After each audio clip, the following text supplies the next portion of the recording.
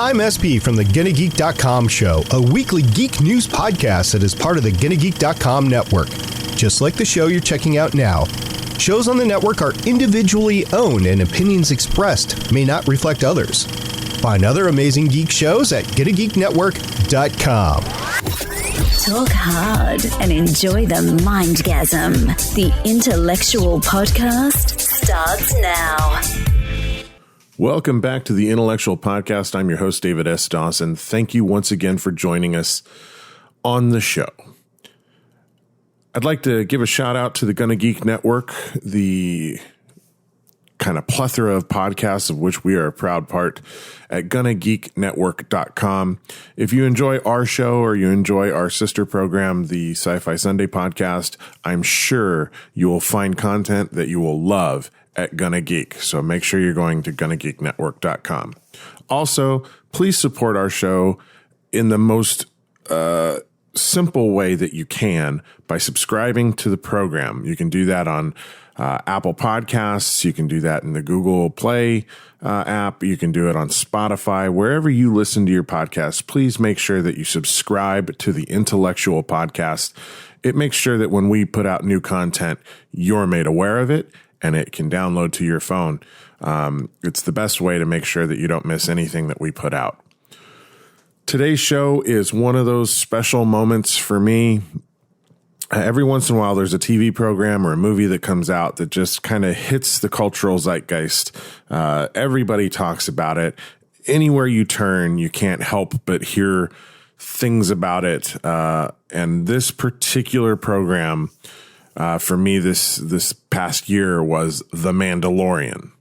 It helped launch Disney Plus, which all by itself is kind of a really big thing, but it also brought Star Wars live action to television in a way that was respectful of the history of Star Wars, positive towards the future of Star Wars, and just exceptionally well done from showrunners Jon Favreau and Dave Filoni. And I'm a huge Star Wars fan. Anybody who's listened to any of my shows knows that. I'm kind of crazy about Star Wars. And we had an opportunity because my co-host Whitney is amazing and she knows like all sorts of people all over the place, everywhere. And when I was talking about The Mandalorian and how excited I was about the show, she says, hey, I know Emily Swallow. She's on that show. At the time, she hadn't watched it, but she said, I think she's the Armorer. And I'm like, really? Really? You know the Armorer from The Mandalorian? She says, well, yeah, we went to UVA together. I said, okay, we've got to get her on the show.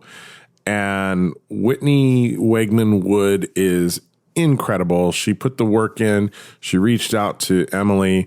We had to work this out over the course of several weeks to coordinate the schedules. I was out of town. Emily's out of town. Whitney's out of town. We kind of had to figure out a way to make it all happen. And we finally did this week. And I'm so excited to bring you the Armorer Unmasked here on the Intellectual Podcast with me and Whitney.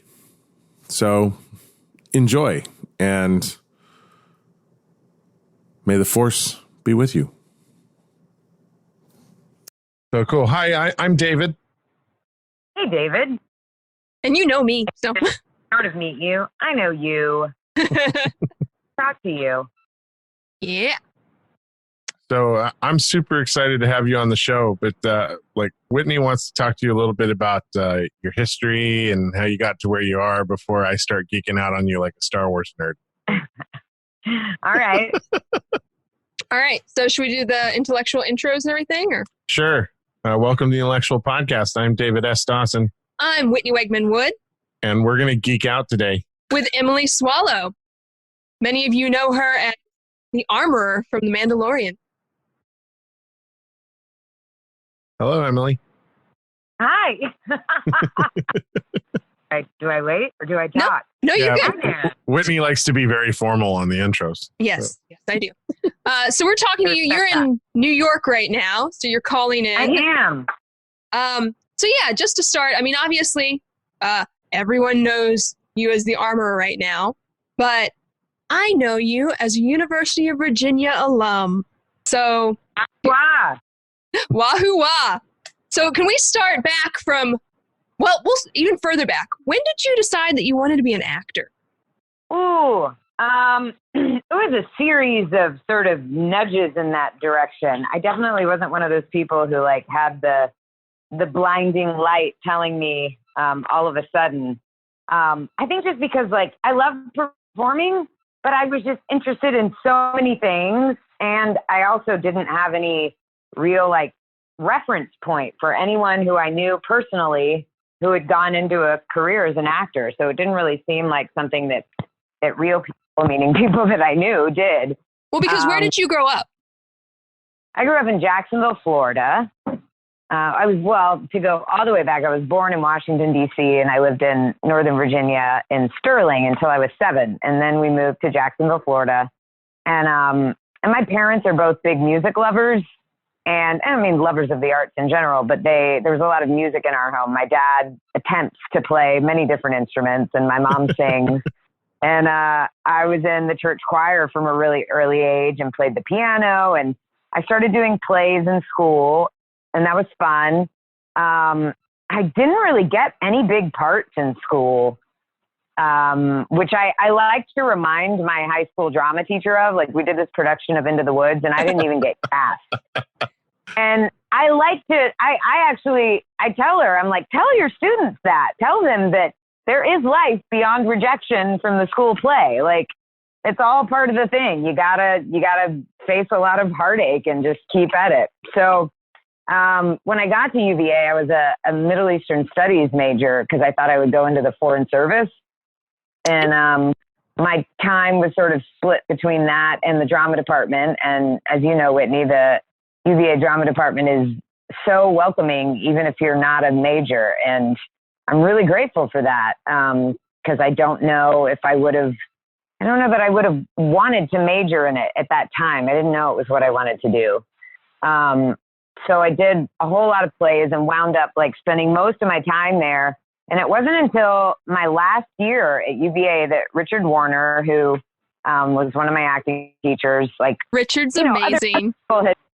Richard is amazing. And Bob Chapel, I also owe so much to. I mean, he cast me in so many great parts and some really challenging parts. So by that point, I'd realized that I loved it. And I had also realized that I could only get so far on instinct and that I really needed more tools in my toolkit if I was going to do it. So Richard posed the question to me about, is this something that you want to do for a living? And if so, do you want to think about auditioning for graduate programs and conservatories? And I said, yeah, I think if I am going to do it, I want to focus on it. And I want to learn different methods and different things that I can draw from for characters that aren't that instinctual. So he helped me cook up, like, I swear, I had probably a dozen monologues ready to go at the drop of a hat. Yeah, that sounds like Richard. He's like very much you should have like at least 8 to 12 monologues on deck that you can do at any time. They want another one, then another one. Yeah. I love that. And he gave me the idea of, read a play a week and try a new monologue a week. And doing that for a while. He's always learning himself. I mean, he now lives just outside the city in New York, and I get to see him from time to time. And he's just constantly learning. He's so hungry for new ideas and trying new things. And he's still teaching too with Erica Arvald. They head down to Atlanta on a regular basis and do weekend symposiums and things. Yeah. So he's incredible. Yes. But so I went up to New York for just a couple of weekends and tried to fit in as many auditions as I could. And I auditioned for NYU without really knowing. Honestly, I am sort of sheepish to say, but I'm glad that it was this way at the time. I didn't quite know what a prestigious program it was. And so less pressure, right? Yeah, so much less pressure. I was in the room with Zelda without really knowing that she was Zelda. And I'm so glad. And that's sort of a theme for me, I guess, because like when I auditioned for The Mandalorian, I had no idea what a big deal it was. So I'm really glad that I've had some auditions for big deals that didn't feel like big deals. Case of ignorance is bliss, right? Oh my gosh, so much. yeah, so I got into NYU, and I felt like if that door was open, I should walk through it. And I have to say, people ask me if my parents were supportive when I said I was going to move to New York and be an actor. And I had been saying I was going to move to the Middle East and work in an embassy in Jordan. So moving to New York to be an actor was like so much saner and so much safer. So they were very supportive. You set the expectations at the right place. Exactly. Tell your family you want to move halfway across the world, and then anything pales in comparison. So you finished your program in New York, and then what was your next step? Did you jump directly into LA, or did you stay in New York a while? My next step was panic, because I went straight into grad school from undergrad.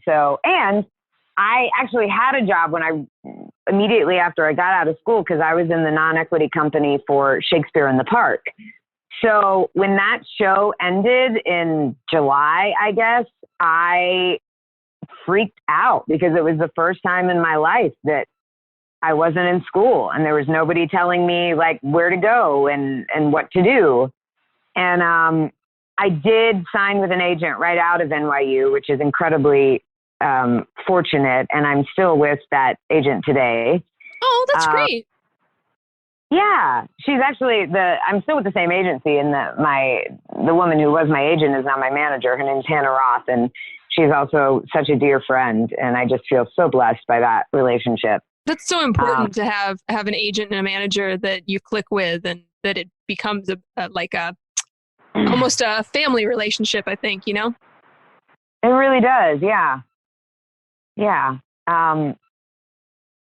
So after Shakespeare in the Park ended, also it was summer. Like the fact that you graduate from an actor training program right before the summer is like the cruelest joke ever, because there's just not much to audition for. It's such a slow time. Right. That's what happens when you go to when you're in the traditional educational calendar. So I did I remember I did a little off Broadway sketch show that was sort of funny. And that's where I met Michael Urie was with my agent at the time. And I guess he had asked her for a funny woman to be in it. And she thought I was funny, thank goodness. So that's when I first met him. And I have just loved cheering for him through his career. And I just think that he is one of the nicest and, of course, funniest and most brilliant actors and human beings I've ever met. So, even though it was a very low rent show, I definitely learned a lot from it. And I think I got some comic education. But I didn't think I had any interest in LA. I thought I just wanted to do theater. And it wasn't really until I did a couple of episodes of Guiding Light, and I was sort of auditioning for TV, but it wasn't until I was doing the very short-lived Broadway run of High Fidelity, the musical based on the Nick Hornby novel, the John Cusack movie. And I hear they're making a TV series of it now, of course. I believe they are. But we opened on Broadway and closed within 2 weeks. Oh, and wow. Yeah. Oh, wow, indeed. And it was right before the holidays, and therefore it was kind of right before pilot season. So that coincided with Hannah, who was my point person at my agency. She had just moved to LA. So I said, all right, I don't have a job in New York. My person is in LA. Maybe I'll give pilot season a try. So that's when I started going out to LA, and I used to be consistently in New York, and I would dabble in LA. And I mostly did theater and did a little bit of television, and then gradually that ratio shifted, and I got to where I was mostly living in LA and just sort of dabbling in New York. But so what was the first thing you booked in LA? The first thing that I booked in LA, I wonder. Oh no, I remember. It was an episode of Jericho. Okay. That almost entirely cut from because they ran out of time when we were shooting. I was shooting on the last day of the last episode, I think. It wound up being like the series finale. And they were way behind schedule and over budget. And so when they realized they weren't going to get to my other scene, they just cut it. I think that was my first LA TV gig. Wow. And, that's kind of a nice way to start because it wasn't much. So it made the next thing feel really great. It wasn't much. It gave you good practice and nobody had to see it. So it's all great, right? Exactly. So then what was the trajectory after Jericho? When did you move out officially? I never really officially moved out. I never really officially left New York. I never officially chose between either city because I like them both for such different reasons. But I would say that ratio of, where I was the most shifted to LA when I got my first series was a show called Monday Mornings on TNT. And I booked it actually while I was doing the thing that your agent tells you you're never supposed to do, because I went to do a play in Minneapolis at the Guthrie during pilot season, which is just like, forbidden. But Right. I was auditioning on tape the whole time I was there, and I got a part in this. It was a medical drama written by Sanjay Gupta and David E. Kelly. And it was such a phenomenal cast. It was Bill D'Elia, Alfred Molina, Ving Rhames, Jamie Bamber, Jennifer Finnegan, Sarayu Rao. And it spoiled me, man. It was such a phenomenal group of actors. And when we shot the pilot and then we got picked up for a season, and that was sort of when LA, I think, claimed me more than New York, because we shot a season of that. I came back to New York for a few months and I was auditioning, but I didn't get anything. And then I booked The Mentalist, which also shot in LA. So I went back out there again. And I kept sort of trying to come back to New York, but New York had no love for me and LA did. So I was pretty solidly there for about 7 years, I guess. Wow. Yeah. And how long were you on The Mentalist? That was for a while, I right? just did a season of that. You did a season. And then at some point, Supernatural, when did that happen? That happened in 2015, I guess. Yeah, that sounds right. Yeah, and I loved doing that season. Amara was such a fun character. And so that was just a season, or was that reoccurring over multiple seasons? It was season 11, and now I'm back in season 15, which is the final season. Yes. My sister is very saddened that the show is ending. She's a oh my gosh, super fan. There's a lot of tears, man. So that was would you say that was probably your first experience with like intense fandom with Supernatural? Yes. Indeed. What was that like? It's incredible. It's I'd never experienced a fan convention on either side of it as a fan or as an actor. And I remember like one of the first episodes I shot, I was talking to Jensen, who I was doing a scene with, and we were just talking about our weekends, and he'd mentioned that he'd been at this convention, and I said, what are those like? And he just spoke so glowingly of the fans and how supportive they are and how passionate they are and how much of a community they've created. And I think that this happens with lots of fandoms, but I think that the Supernatural fandom has such a generous, open heart for each other. There's so much support, and they've formed a lot of like charity groups. They've formed support groups for different disabilities and mental disabilities. And there's just so much love there. It feels like there's something about Supernatural that speaks to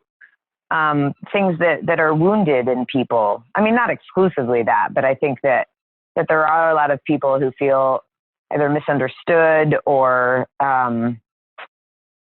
haunted by something. You know, if they have a mental illness, they there's a lot of people who say that the kind of personification and the imagery of this light and darkness and, you know, these supernatural beings and demons and then at the heart of it, these two brothers for whom family is the most important thing. And I think that really speaks to people. Well, and a family that's had a series of traumas throughout, you know, whenever they do the flashbacks to their childhood and stuff.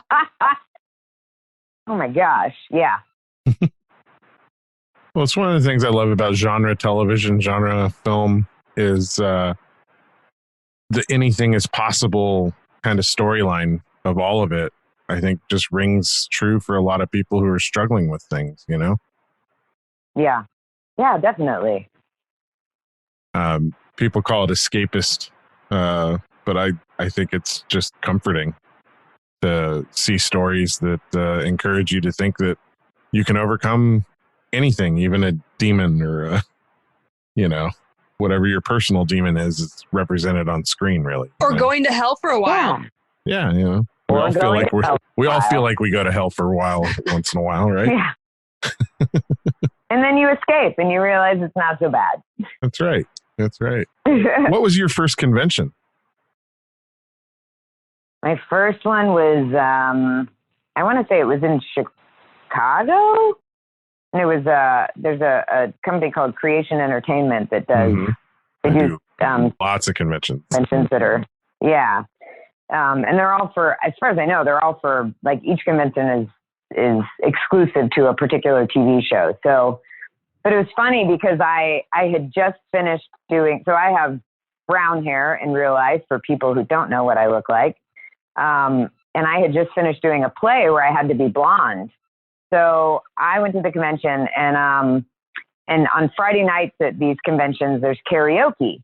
And so Richard Spate, who is kind of the MC, he was like, we're going to surprise the fans. You know, they don't know that you're here. Or they knew that I was going to be there Saturday, but they didn't know I was there for karaoke. So he was like, we're going to, you know, announce that we have a special mystery guest and we're going to bring you out. And so Rob Benedict, who played my brother, God, on the show, was the one who officially brought me out. And he said, I want to welcome to the stage my sister. And it was thoroughly confusing for everybody because they thought I was Rob's sister in real life. His actual sister, yeah. Blonde hair. They didn't recognize me. They didn't know who I was. And then we started doing some like funny, goofy dance together. And Richard was like, you guys, people, it was like that stupid, like middle school version of like sexy dancing. But Richard was like, you guys, people think that you're actual brother and sister, and now you're just being disgusting. And so we had to clarify.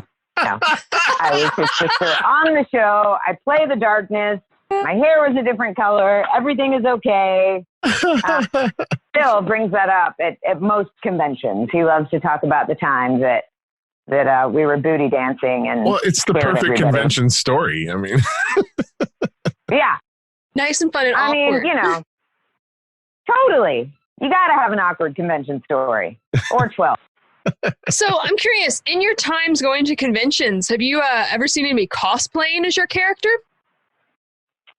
I have seen a little bit of Amara, which, you know, is a pretty easy one to do as cosplay goes. You just got to find a black dress.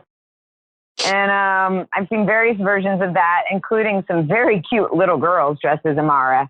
But I have yet to see an armorer, and I know it's only a matter of time. I've only done one convention since the whole series finished airing, and I met plenty of Mandalorians who are in cosplay, and there was I have a feeling we're going to see a few armorers at Comic-Con here in San Diego this summer. Yeah. Maybe even WonderCon before that. Yeah. Yeah, I think it's inevitable. It's such a beautiful costume. Now, oh my gosh. I don't know if you can share or not, but will you be joining for any San Diego conventions? Will we see you in sunny San Diego? I don't have information about that. Oh, well, I hope that we get to see. I can't tell you. All right. How did The Mandalorian come to be for you? Also a very unsuspecting audition, I remember I was planning my wedding because I got married at the end of August of 2018. Congratulations. Thank you. We're still married, so that's good. But I was doing a couple of plays in LA and planning the wedding and got this audition for something that my agent said. They said, we think it's Star Wars. It's a live action series. It's a new thing. This character will wear a mask. They want to make sure you're okay with that. Here's the scenes that mean absolutely nothing and have no connection to anything, which is what happens when you audition for something like that. And I was like, all right, cool. And the only person in the room with me was the casting associate, Jason Stamey. And he was just putting me on tape. And the information that I had was that she was, well, they were originally looking at British women in their 50s and 60s, typecast. Okay. And so the only information I really had about the character is that she was a leader of a group of people and that she was very Zen-like. And one of the scenes that I had, I now know was actually pretty similar to that scene in episode 3, where the Mandalorians get all surly and break out in a fight. And she's like, all right, guys, calm down. I had a scene that was a sort of a version of that. And we did it a few ways, and Jason gave me a little more specific insight into it. And then he asked me to do a couple of takes with a British dialect, because they had mostly been seeing Brits. And I think they did want something in the voice that would set her apart from the other characters. So I did that. And that stuck. When I talked to Jon about, what they liked from the audition and what else I needed to bring to it, he said he wanted some version of like a British mid-Atlantic dialect so that she would be set apart from everyone else. So this is Jon Favreau we're talking about, right? Jon Favreau, yeah. Who is not only the most brilliant man, but also the nicest. He's like your dad, but your dad's like so smart and creative. Not that your dad isn't. I'm not insulting anyone's dads. The question is, does he tell bad dad jokes on set? Well, he does not. At least none that I heard. I wouldn't put it. So he really wanted the voice to be separated out from the rest of the Mandalorian characters, huh? Yeah.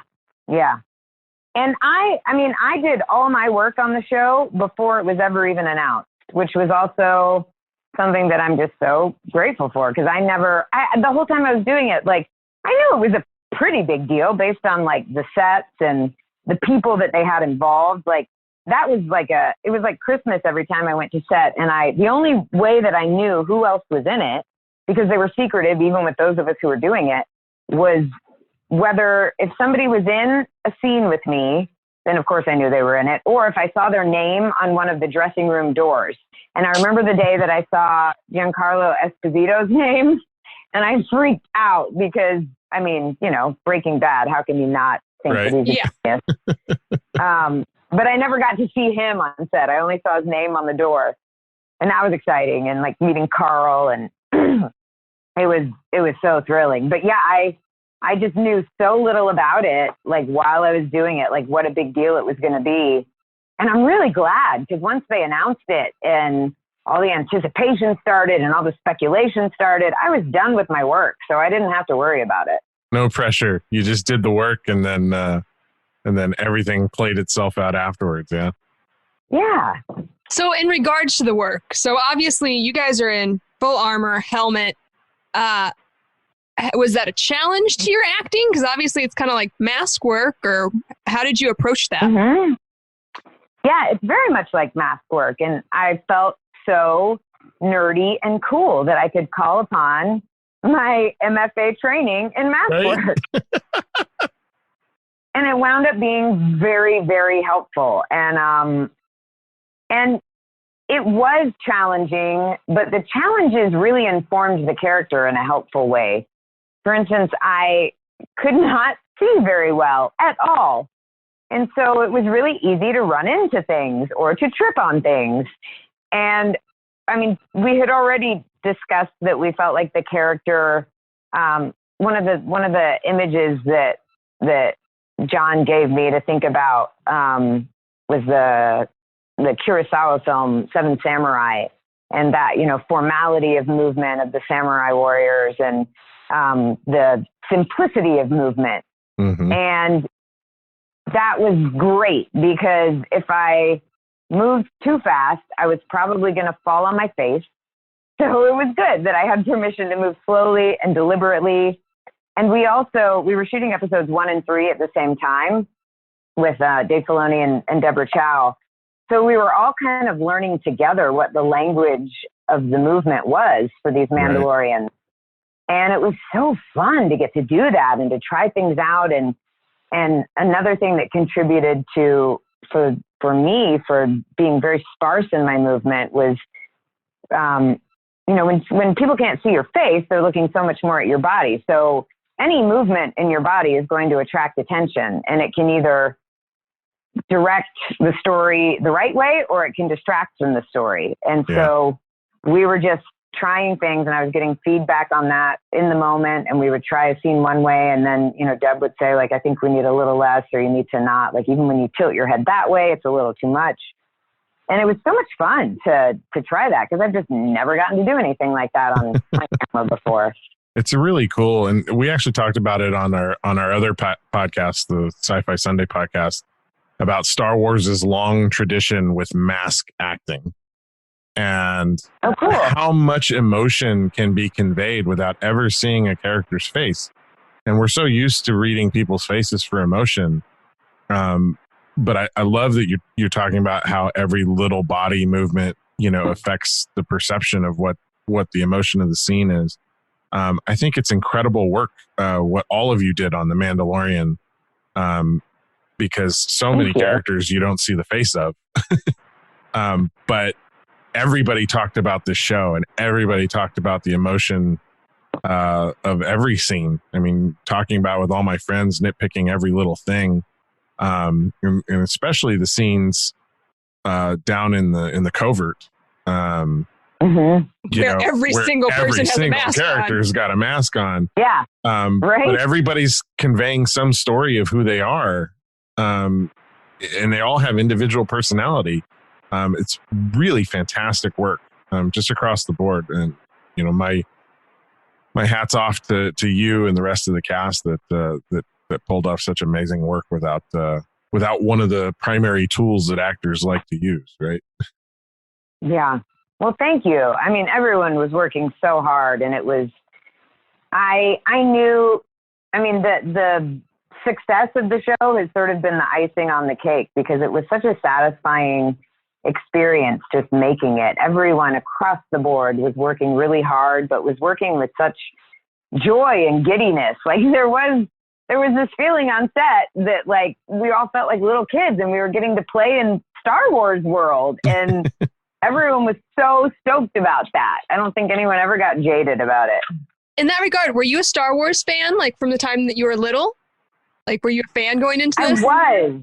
Yeah. I mean, when I was a kid, I was, of course, like, I wanted to be Princess Leia. I had a bunch of stuffed Ewoks, and my friends and I would, you know, pretend to be Leia and Han Solo and Luke Skywalker in the backyard. It definitely is a huge part of my childhood. I did not become aware until I did The Mandalorian of the vastness of the stories that exist beyond the movies. Like I hadn't really watched the animated series, which are incredible.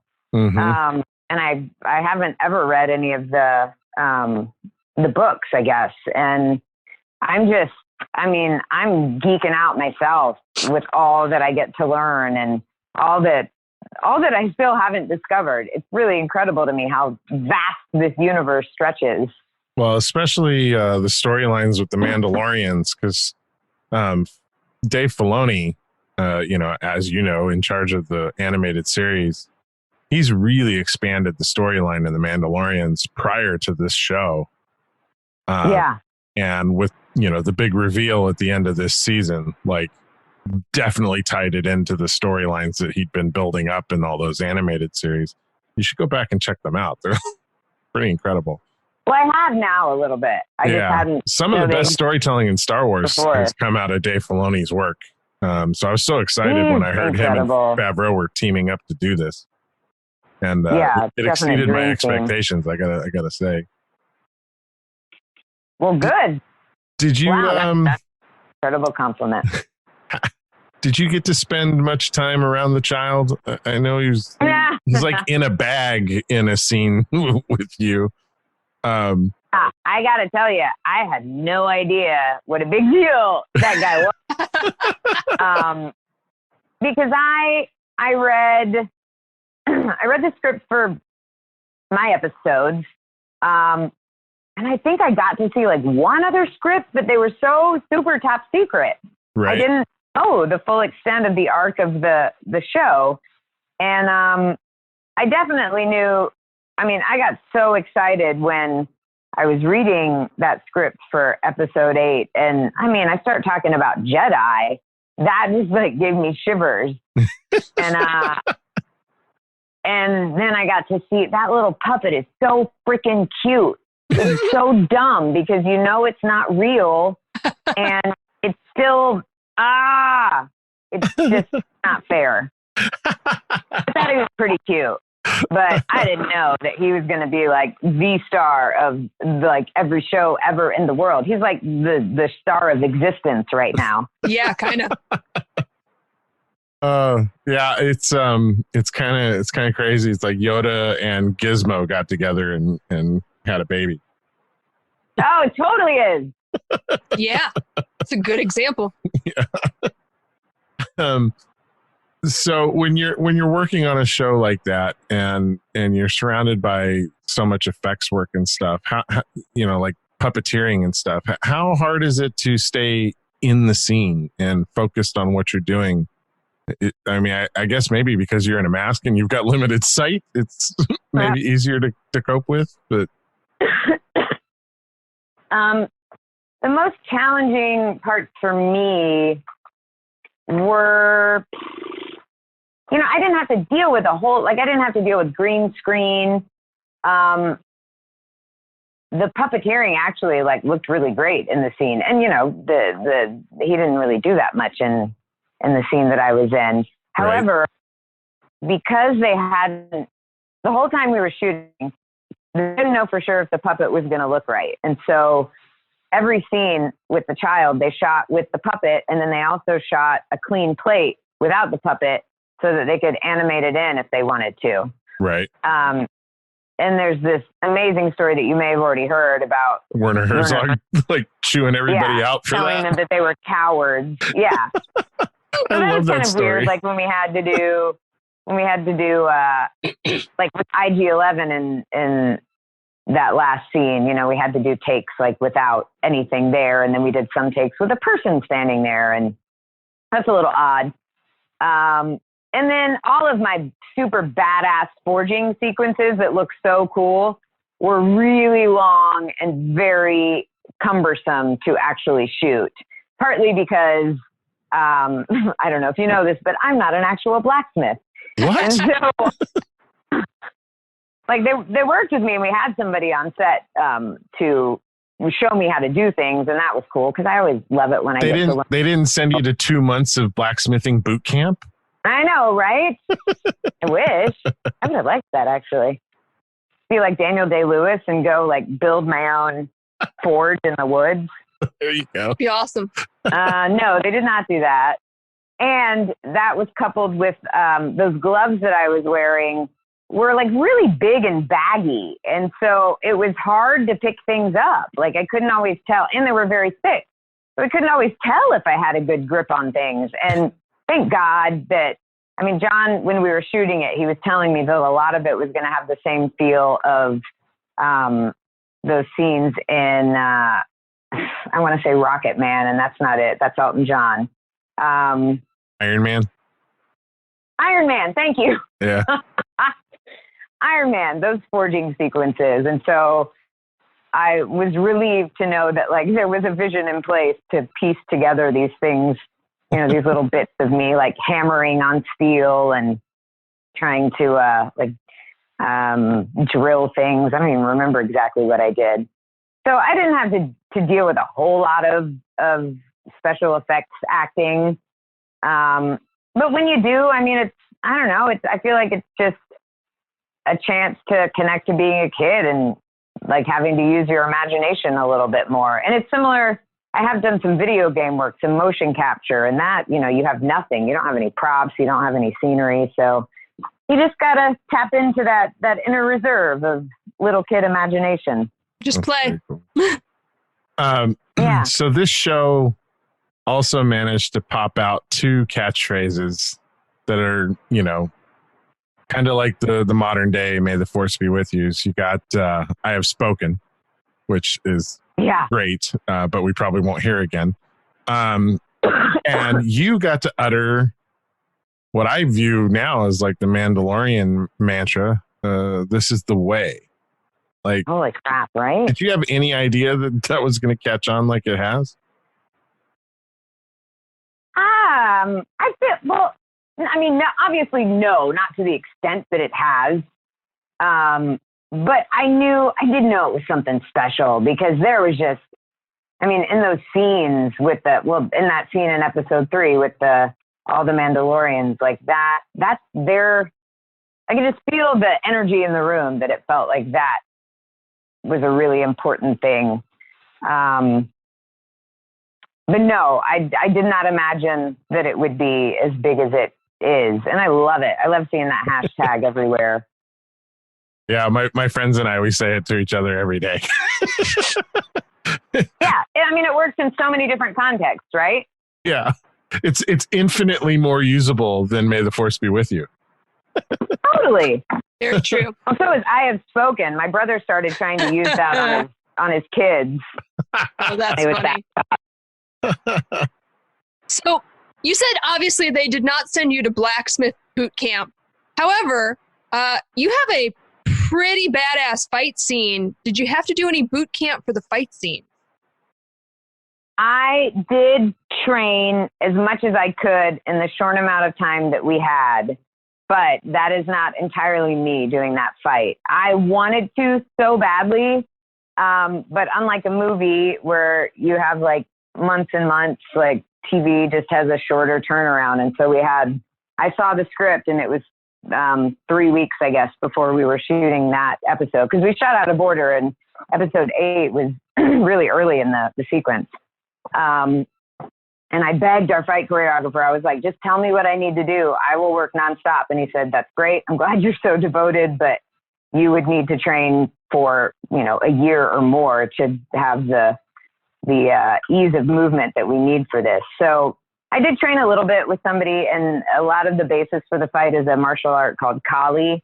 Mm-hmm. And so I did that to help with like the beginning and the end and some transitions, but I have to give credit where credit is due. And that is a badass, properly trained stunt woman doing most of that.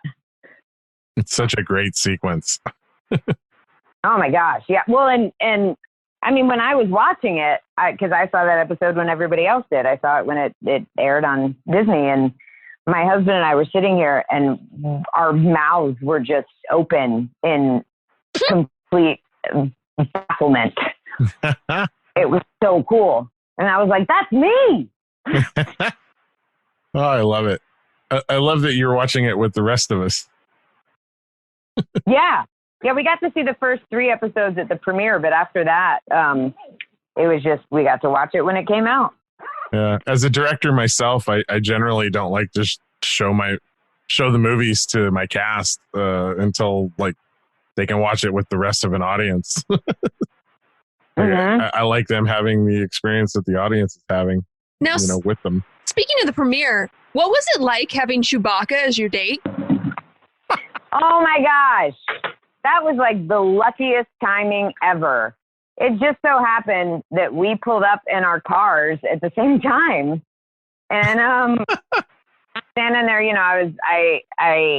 this was a whole new experience for me, these premieres with so many Mando mercs there with like helmets and with posters and, you know, wanting things signed. And that was awesome. So I'm signing. And then I go over to like do the string of pictures, and then Chewbacca comes up and I mean, what else do you do but get in a picture with Chewbacca? Yeah. And it was like every childhood dream come true. It was amazing. It was so much fun. And it felt like such a family affair. It really did, you know, being there to support the cast of The Rise of Skywalker and being part of it. It really reinforced to me like what a family this whole Star Wars world is. Yeah, totally. I'm sure you can't tell us if your character's coming back or not. No, I can't tell you if my character's coming back. But what do you have coming up? What are there any projects on the horizon that people should be looking out for? That you can talk about? Yeah, there are a few things I can talk about. I've been on a CBS show called SEAL Team this season, and I will continue to show up on that for the rest of the season. And I may or may not be involved with more of the Supernatural season. And what else? Oh, the last season of Castlevania is coming up. It's an animated show on Netflix. Yeah, you do I forgot that you did voiceover work for that. That's a really interesting anime. Again, my sister watches that, so I know about that. Nice. She's a pretty cool little sister. Sounds like it. Yeah, she's into some neat stuff. So, all right.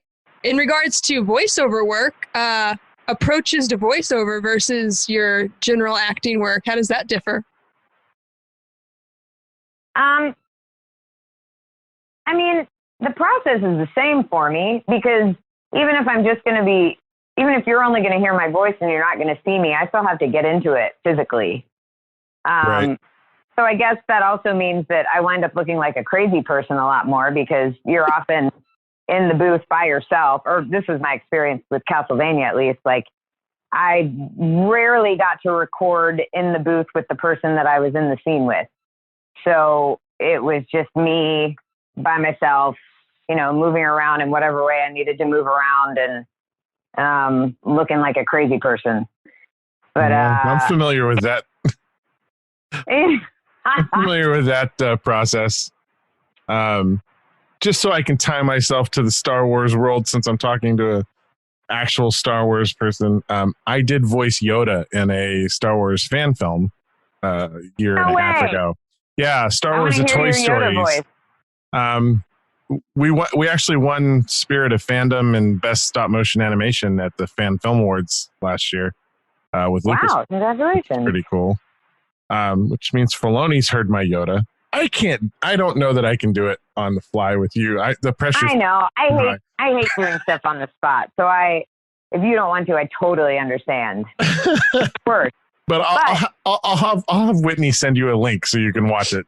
Then you can tell me what you think. Okay, good. You make him nervous, awesome. Emily. Yeah, I don't know that I can do my Yoda for a Mandalorian. Like, this Mandalorian is such a big goober, though.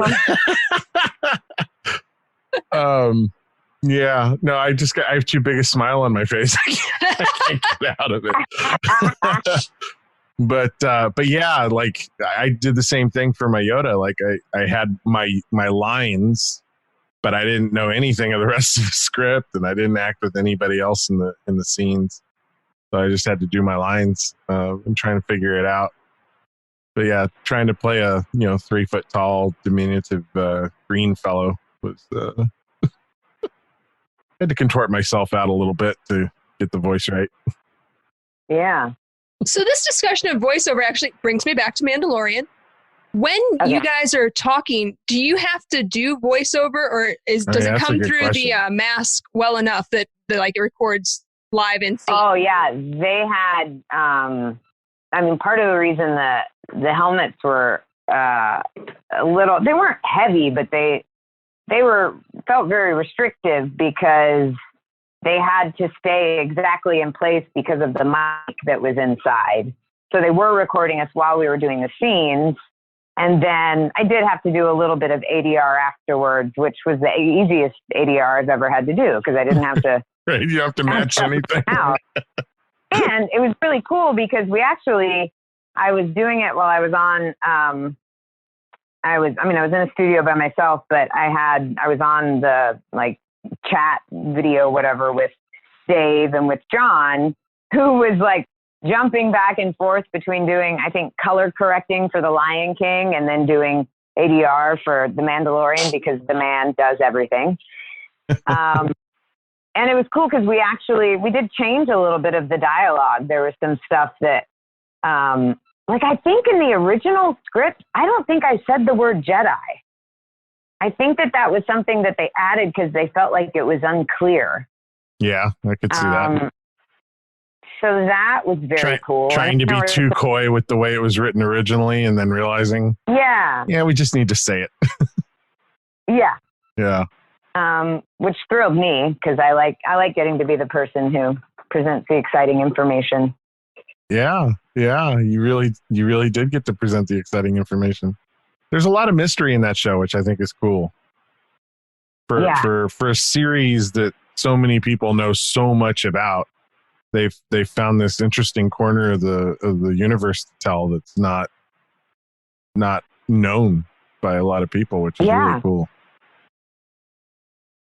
Yeah, I feel like it strikes such a good balance between, it's got so much for anyone who is a Star Wars fan, but it's also compelling and interesting, even if you know nothing.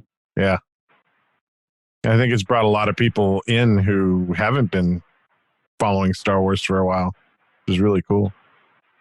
Yeah. All right. So this is like one of my go-to questions for anybody who's ever on the show. And it's probably an impossible question because you're already doing like just such amazing, like these were my childhood dreams sort of roles.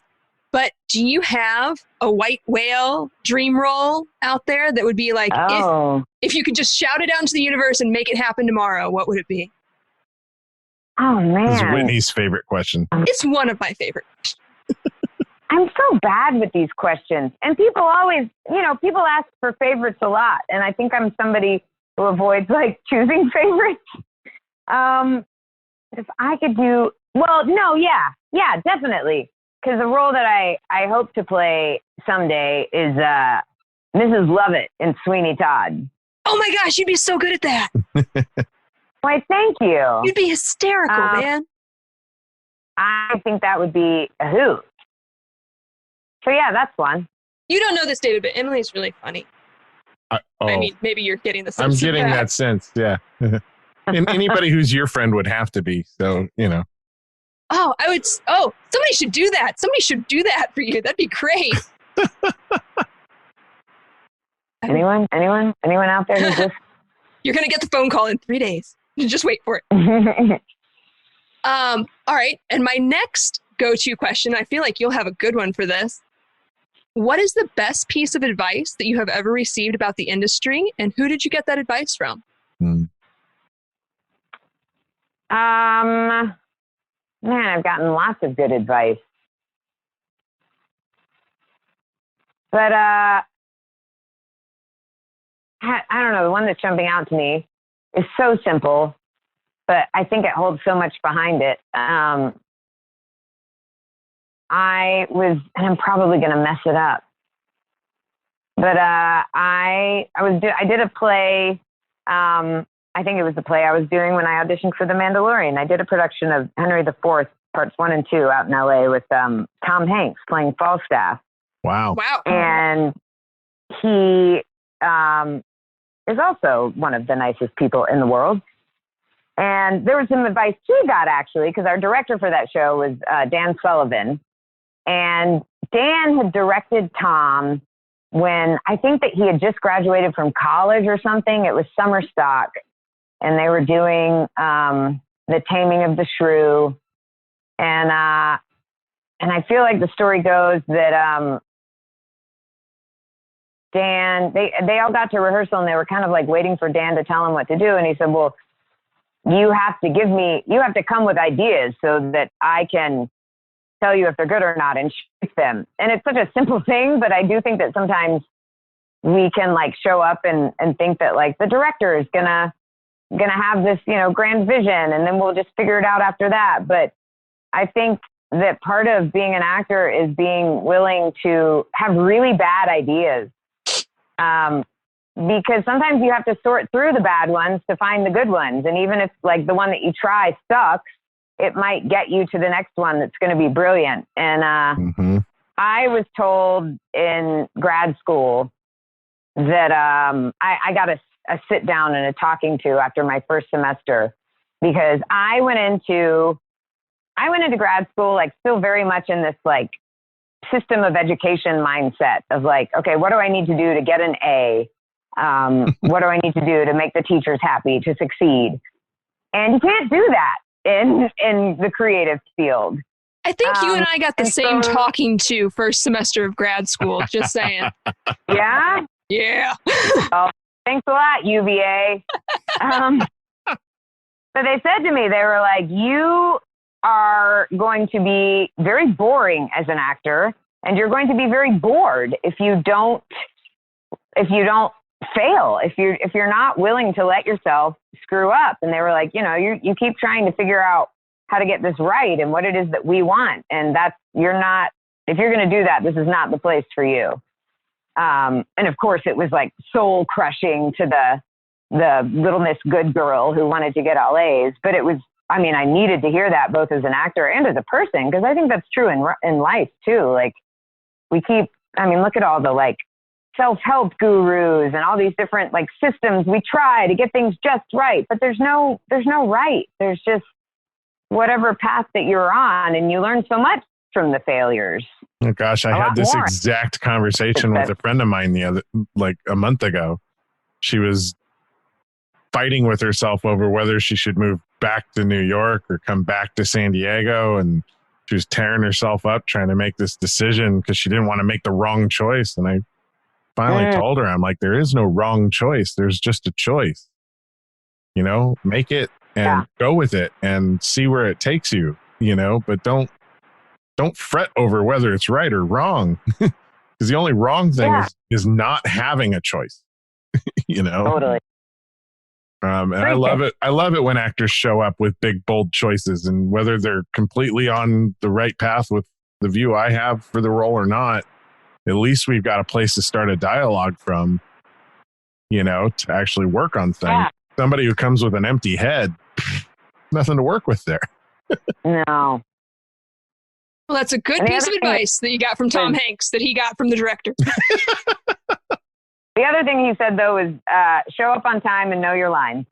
Yep. And I think that's also very important because it shows respect.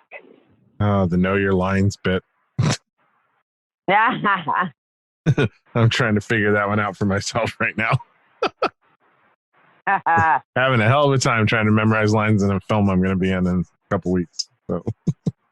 Do you have any good tips on line memorization for David? Oh, man. I sure don't have any secrets. I kind of just have to do it. I have to like when I'm getting ready for a shoot, I kind of just have to rehearse it, with friends or with a coach or something. Yeah. Because you just don't get as much of that when you do film and TV. Yeah. Yeah. How much time did you have with your script for Mandalorian? Because obviously, like, it's so cloak and dagger and under wraps. Like, I'm sure they didn't give it to you for very long. Yeah, I want to say it was maybe a couple of weeks. But I didn't really get to like sit down and talk with Jon and Dave until like a day or two before shooting. So I was doing a lot of I was cramming, rewatching a bunch of Kurosawa films the night before my first day on set. Smart move. Yeah, it came in handy. Yeah, but if I was doing that show and looking for someone to play that part, I think someone who filled their head with a bunch of Kurosawa stuff the couple days before would make me very happy. It was good. It was fun. Enjoyable research, anyway. Right? Yeah, definitely. Well, if you do come out here to Southern California for WonderCon or Comic-Con, or just a vacation, well, you can hang out with her as friends, Whitney. I'm getting to, if you're down here for business, we'd love to like sit down, and have face to face with you too on the show. I know our listeners will not be able to get enough of hearing from the Armorer. I would love that. That would be fun. Yeah, and then if you want to just come out and hang out with Whitney, I'm sure Whitney's totally down for that too. That also sounds enjoyable. I have to tell you, I said I've only done one convention since the series finished, and It was Wizard World out in Portland, and there was a fan. That's a good one. Made me an Armorer helmet. So I didn't get to take it with me from set, but I own a helmet that is the Armorer. That's awesome. It's incredible. That is so cool. All set for me. So I still haven't seen anyone else who's cosplayed the Armorer, but I do know, and I know that you can buy this helmet on Etsy. The guy is selling it there. He'll custom make it for you. You have to start wearing that to conventions. It'd just be awesome. Yeah, it was a hit. I started taking pictures just like holding it in Portland, and it was pretty great. But it's a little hard to travel with. I don't want to break it. Oh yeah. TSA probably doesn't feel too good about spiky helmets. When I was trying to figure out how to get it back to New York, the other people who were at the convention with me, they were like, "Well, you could just wear it onto the plane." You just got to get a nice custom road case built for it. That's what you got to do. Yeah, or just like get a bowling ball bag. That would work. So cool. Emily, do you have a website for yourself or social media where people can follow you and see what you're up to? I don't have a website. I have on Facebook. I have a fan page, Emily Swallow Fans.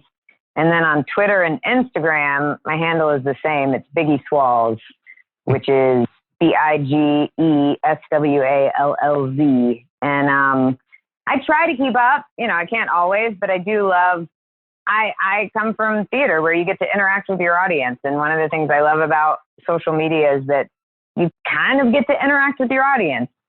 So I love like hearing from people, and I try to repost all the fan art that people send me or they tag me in. Cause people are crazy talented. Right. If there's one positive thing about social media, it shows you that there's a lot of art out in the world. Yeah. So true. Yeah. Well, awesome. So if people want to reach you or share their fan art or just the love of your character, then that's where they can hit you up. And thank you so much for taking the time out of your day to just sit and chat with us. This is awesome. Yeah, it's fantastic. Thank you. It was a pleasure. I like talking to you guys. Yeah, you're easy to talk with. Well, you are as well. Well, thank you. We should talk to each other more often. I agree. Yeah. All right. Well, I know it's late there, so we'll let you get back to the rest of your life in New York City. And have a great rest of your weekend. My dogs from doggy daycare. Ooh, yeah. My dogs go to doggy daycare too. It's such a relief when they do. Right? This is the way. This is the way of the dog mom. All right. Well, have a good night, Emily. Thank you. You too. All right. Bye. Bye. The Intellectual Podcast this has been. Thank you for joining us, and may the Force be with you. Hello there, citizens. I am the terror that flaps in the night.